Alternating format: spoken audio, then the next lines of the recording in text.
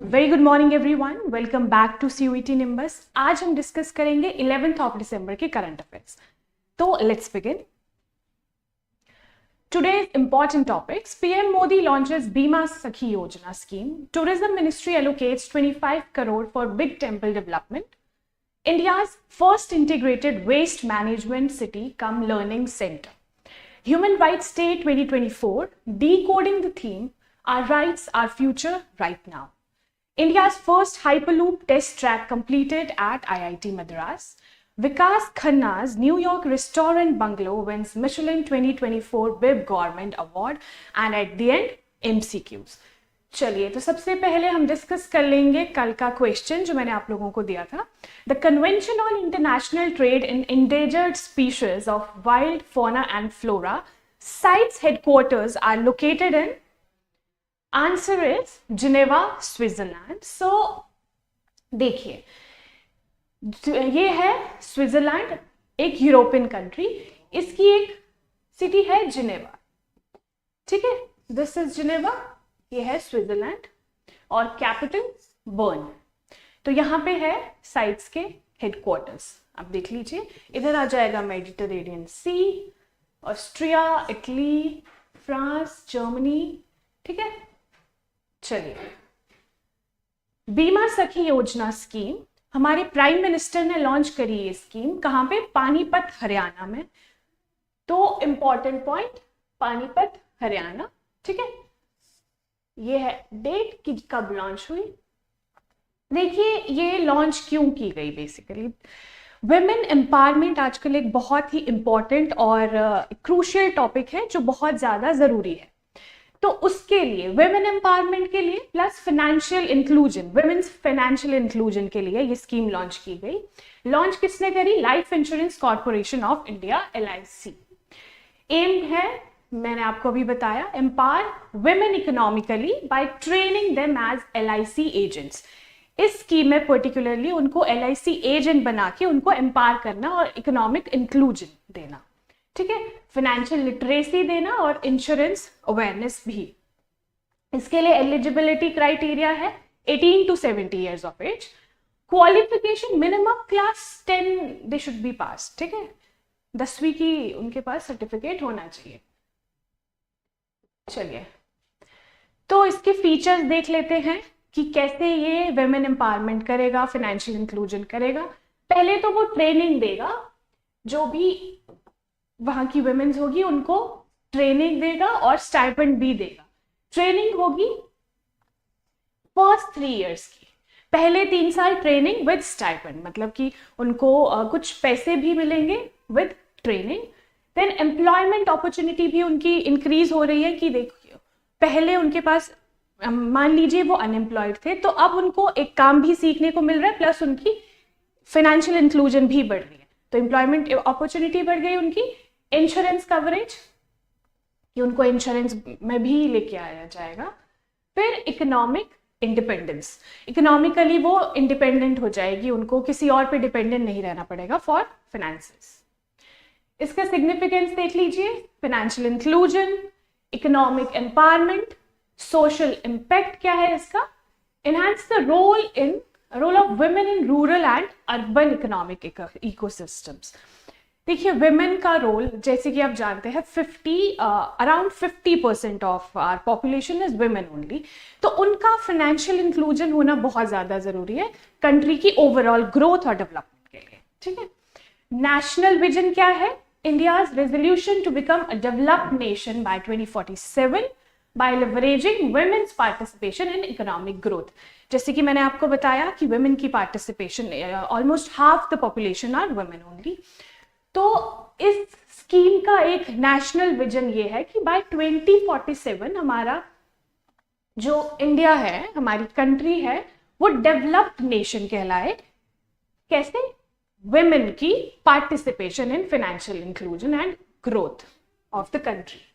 चलिए, tourism ministry allocates 25 crore for big temple development. देखिए, tourism ministry ने allocate किए हैं 25 करोड़ बिग टेम्पल डेवलपमेंट के लिए। ये कहाँ पे है टेम्पल? ये आप देख लीजिए, ये इस टेम्पल की बात हो रही है, बृहदेश्वर टेम्पल तंजावुर तमिलनाडु में ये लोकेटेड है। और ये किस स्कीम के अंडर आ रहा है? स्वदेश दर्शन 2.0। उसके भी अंदर एक आता है चैलेंज बेस्ड डेस्टिनेशन डेवलपमेंट। उसके अंदर ये जो प्रोजेक्ट है ये चलाया जा रहा है by the ministry of tourism. ठीक है, ये जो इंफॉर्मेशन है ये हमें दी है आर्कियोलॉजिकल सर्वे ऑफ इंडिया ने। चलिए, किस किस चीज की डेवलपमेंट होगी इस टेम्पल में? जो पार्किंग एरिया है वहां पे एग्जिस्टिंग उसका, रोड्स सराउंडिंग द टेम्पल, और एक और पार्क है वहां पे पर्टिकुलरली राजा राजन पार्क, उसको भी इंप्रूव किया जाएगा। और लाइटिंग जो है टेम्पल के आसपास उसको भी एनहांस किया जाएगा। ठीक है, एंट्रेंस वाली लाइट्स। तो ये है information about the temple Tamil Nadu Thanjavur. चलिए, फिर हम देख लेते हैं स्वदेश दर्शन 2.0। ये इंपॉर्टेंट स्कीम है। ये लॉन्च की गई थी टू एनहांस द आत्मनिर्भर भारत। ठीक है, आत्मनिर्भर भारत का जो एक गोल है हमारा कि हमें खुद पे ही डिपेंडेंट रहना है इंडिया को, उसके अंदर ये स्कीम आती है विद द मंत्र ऑफ वोकल फॉर लोकल। ठीक है, वोकल फॉर लोकल और develop sustainable and responsible destinations with a tourist and destination centric approach। इसका मतलब है कि जो टूरिस्ट आ रहे हैं उनका ध्यान रखते हुए वैसे सस्टेनेबल और रिस्पॉन्सिबल डेस्टिनेशंस बनाई जाए। इस जो स्कीम है इसका ये बेसिक गोल है। और CBDT देख लीजिए, चैलेंज बेस्ड डेस्टिनेशन डेवलपमेंट, ये एक सब स्कीम है स्वदेश दर्शन स्कीम की। ठीक है, इसमें 42 डेस्टिनेशंस कवर्ड है इसके अंदर, CBDT के अंदर। चलिए, इसका कुछ सिग्निफिकेंस देख लीजिए। पहले तो कंट्रीब्यूशन जो टूरिज्म का है लोकल इकोनॉमीज में उसको बढ़ाना है। ठीक है, नेक्स्ट जॉब अपॉर्चुनिटीज बढ़ानी है, और स्किल जो है लोकल यूथ का वहां का, उनका स्किल भी एनहांस करना है, डेवलप करना है। ठीक है, प्राइवेट सेक्टर में इन्वेस्टमेंट बढ़ानी है टूरिज्म और हॉस्पिटैलिटी को लेकर। तो ये इसके कुछ सिग्निफिकेंस रहेंगे, ये सारे गोल्स एंड सिग्निफिकेंस। ठीक है, एनहांस करना है हमारे कल्चरल और नेचुरल रिसोर्सेज को और प्रिजर्व भी करना है।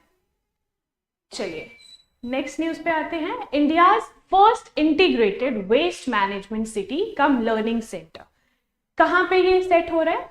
गोरखपुर। ठीक है, गोरखपुर याद रखोगे आप लोग। सवाल बन सकता है कि ये कहां पे सेट हो रहा है, तो ये गोरखपुर में सेट हो रहा है। और कब तक बन जाएगा? बाय सितंबर 2025। इसका एम है to create a garbage free environment, जो कि बहुत ही ज्यादा इंपॉर्टेंट है हमारे एनवायरनमेंट के लिए। हमारे फिर एनवायरनमेंट से सब कुछ जुड़ जाता है ना, आपकी इकोनॉमी का growth, development, sustainable development, SDG goals, everything. तो इसका एम है गार्बेज फ्री एनवायरनमेंट। ठीक है, will promote sustainable waste management through circular economy model. Circular economy model क्या है? देखिए, जो हमारा वेस्ट बनता है उसका हम होता है ना कि उस वेस्ट को ही आप कुछ ऐसा यूज कर लो, रीयूज, कि आपके वो फिर से काम आ जाए, है ना। वो वेस्ट वैसे ही पड़ा रहे, इससे बेटर है वो आपके काम आ जाए, रीयूज हो जाए। तो ये सर्कुलर इकोनॉमी मॉडल है। The facility will occupy 40 acres इन सुथनी विलेज, सहजानवा। देखिए, ये एग्जैक्टली गोरखपुर में कहाँ बनेगा? 40 acres की उन्होंने लैंड रखी है, सुथनी विलेज, गोरखपुर का कोई सुथनी विलेज है, वहां पे ये एग्जैक्टली बनाएंगे उस सेंटर को। ठीक है, चलिए प्रोजेक्ट के कुछ ऑब्जेक्टिव्स देख लेते हैं। प्राइमरी गोल क्या है इसका? पहले तो वेस्ट टाइप्स को प्रोसेस करना है, देन उससे चारकोल और बायो CNG बनाना है। ठीक है, जो हमने देखा ना सर्कुलर इकोनॉमी मॉडल, तो उसमें ये आ जाएगा कि वो CNG और बायो CNG और चारकोल बना रहे हैं वेस्ट से। ठीक है, एम्प्लॉयमेंट अपॉर्चुनिटीज, हमने देखा कि आसपास के लोगों के पास एम्प्लॉयमेंट अपॉर्चुनिटीज आ जाएगी। Then technical skills learning hub. देखिए, वो उस जगह को ऐसा एक हब बनाना चाहते हैं कि बाकी कंट्रीज, मतलब जो कंट्री में बाकी स्टेट्स हैं वो भी उससे कुछ सीखे और वो एक ऐसा हब बन जाए इस स्किल के लिए, स्पेशली द वेस्ट मटेरियल को फिर से रीयूज करने के लिए एक हब बन जाए, लोग वहां पे आके सीखे कि कैसे हमें वेस्ट मैनेजमेंट करना है। चलिए, बायो सीएनजी क्या होता है? Renewable energy source produce from organic waste. Organic waste से रिन्यूएबल एनर्जी सोर्स प्रोड्यूस करना, ठीक है। ये फॉसिल फ्यूल्स को रिप्लेस कर सकता है, ग्रीन हाउस गैस को की एमिशंस को कम कर सकता है, ठीक है, और क्लीनर एनर्जी सोल्यूशन हमें देगा बायो सीएनजी। चलिए, सर्कुलर इकोनॉमी मॉडल में क्या होगा?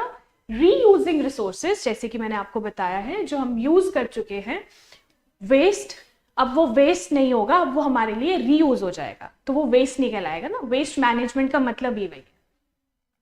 This innovative approach supports sustainability and encourages economic growth through efficient resource management.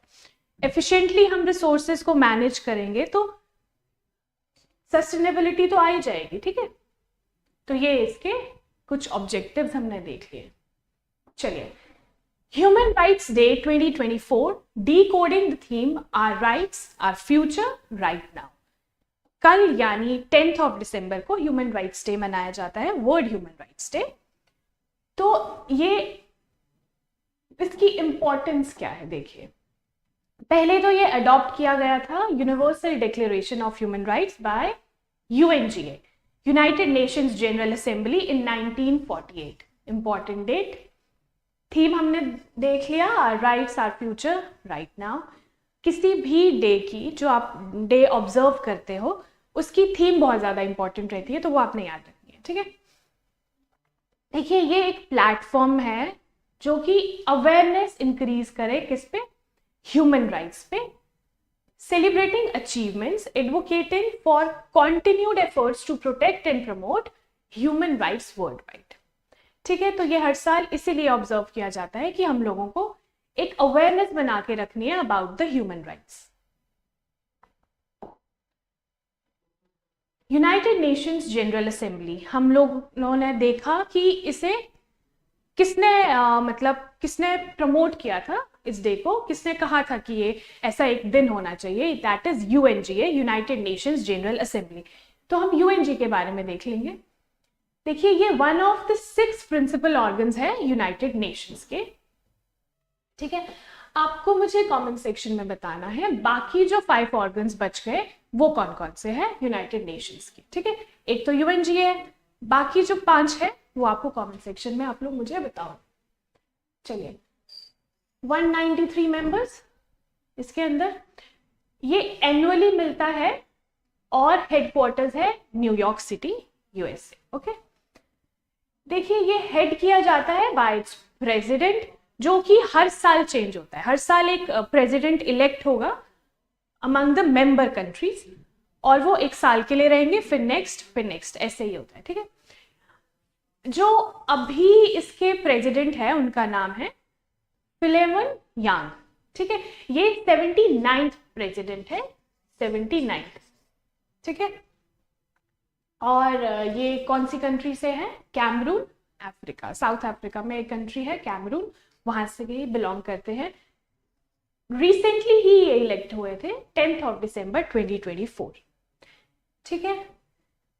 UNGA क्या करता है? देखिए, UNGA deliberates and decides on important matters such as peace, security and other international issues.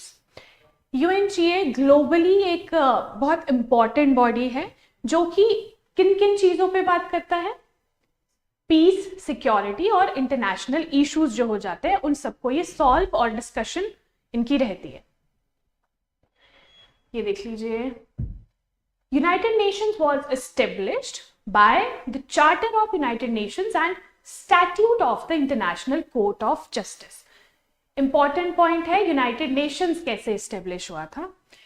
देखिए, एक charter of United Nations आया था और next statute of international court of justice, इन दोनों का कॉम्बिनेशन। एंड कब हुआ था ये? 26 ऑफ जून 1945। तो यूनाइटेड नेशंस ऐसे एस्टेब्लिश हुआ था, ठीक है। चलिए, India's first hyperloop test track completed at IIT Madras. अब इसके बारे में कुछ इंपॉर्टेंट इंफॉर्मेशन देखिए। 410 मीटर हाइपरलूप टेस्ट ट्रैक था ये आईआईटी मद्रास में। अनाउंस किसने किया? अश्वनी वैष्णव जी, हमारे railway minister, union railway minister. तो ये जो टेस्ट ट्रैक है फर्स्ट हाइपरलूप, ये किसके अंदर आ गया? रेलवे मिनिस्ट्री के अंदर, ठीक है। फर्स्ट सजेस्टेड बाय, एक फैक्ट देख लीजिए, एलन मस्क ने 2012 में कि ऐसा कुछ हो सकता है, उन्होंने ये पहली बार सजेस्ट किया था, ठीक है। इस टेक्नोलॉजी में क्या होता है एग्जैक्टली, एक हाई स्पीड ट्रैवल ट्रेन बन जाती है और उसमें वैक्यूम क्रिएट हो जाता है, उसकी वजह से वो बहुत स्पीड में जाती है। इसकी एफिशिएंसी क्या है?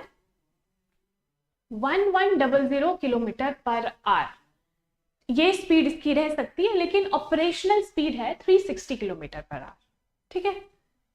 चलिए, प्रोजेक्ट, ये जो प्रोजेक्ट है ये दो फेजेस में अनफोल्ड होगा, ये भी एक इंपॉर्टेंट पॉइंट बन गया।